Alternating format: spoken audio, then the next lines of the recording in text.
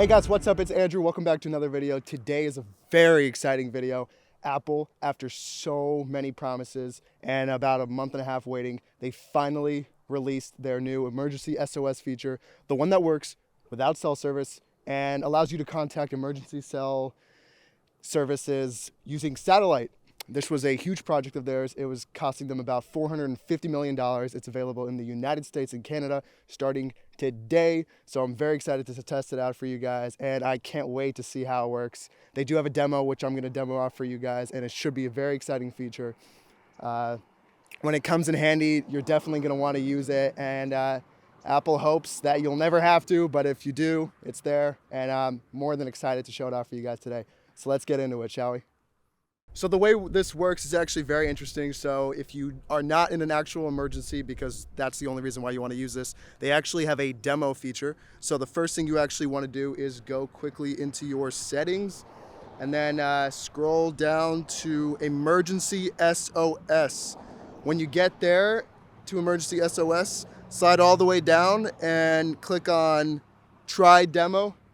When you try the demo, you're going to be greeted with a bunch of prompts. I'm just going to go ahead and click next on all of them, and I'm going to test satellite connection. Now with that, it's going to ask me if I want to turn off my cellular. I'm going to say turn off, because obviously when you're in the middle of nowhere, you will have no cellular. And then with that, it's going to say try to get clear view of this sky to build cellular connectivity. So I'm going to go ahead and try to do that for you guys right now. It's looking for a signal. So let's see. All right. Let's see. And with that, it's going to ask me to turn my phone to the right a little bit.